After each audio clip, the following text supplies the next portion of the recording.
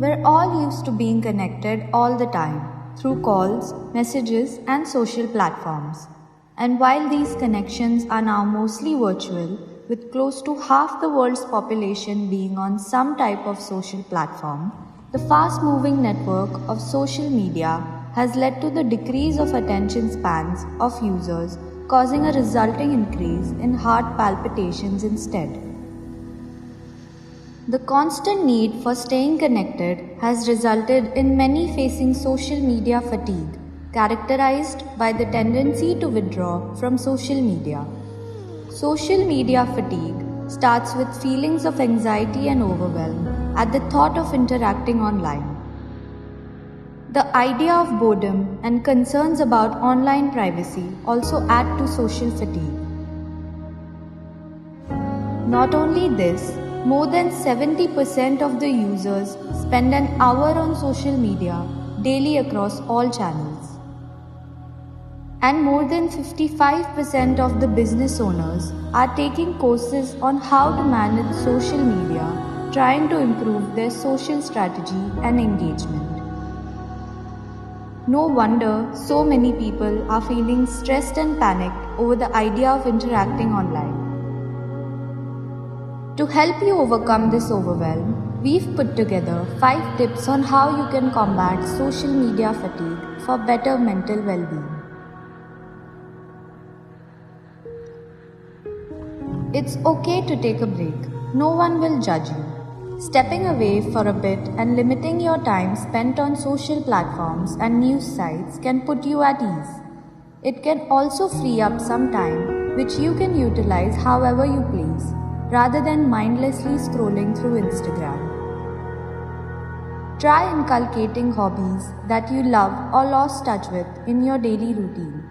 These can act as designated phone-free zones where you can simply relax and unwind. We make the rules on how we interact with people. We may have different expectations, but setting healthy boundaries can give us control over our physical and mental safety, communication, emotions, energy, and time. They also help us understand what is and isn't okay. Choose boundaries that align with your values, such as not discussing politics online, choosing to not argue or comment unnecessarily on hate messages, giving yourself permission to not dive into the endless world of news.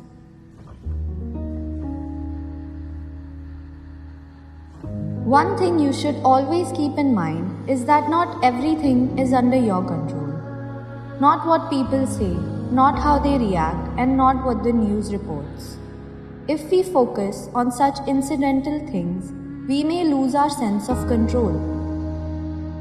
Instead, we should refocus our attention on the things that are within our control, like what time to wake up and go to bed, how to spend our free time, what to read or post about, how much time we should spend on social platforms, and if we want to be notified on everything or not.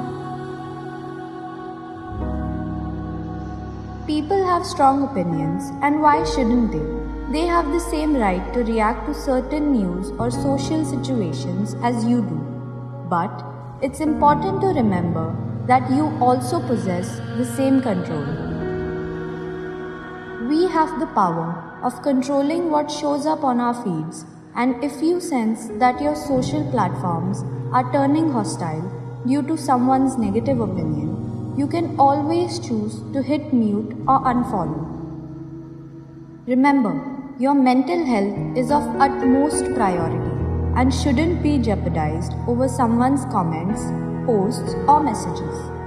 You can always rescue yourself from heated debates and discussions by simply unfriending or blocking.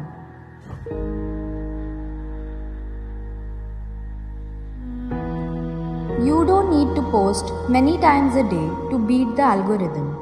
This can instead lead to undue pressure and loss of quality. Rather, try reflecting on why you're posting what you're posting before you share anything online. Serve to the people who will genuinely be impacted by your content instead of appealing to a mass crowd that won't bother interacting. This will help you be more authentic with your content, showing your true self to your audience by taking away the pressure of perfection and allowing you to just be you. It's evident that the pressure we're putting on social media as the holy grail of marketing and advertising isn't a foolproof strategy. Our social presence is holding precedence over our mental and physical well-being.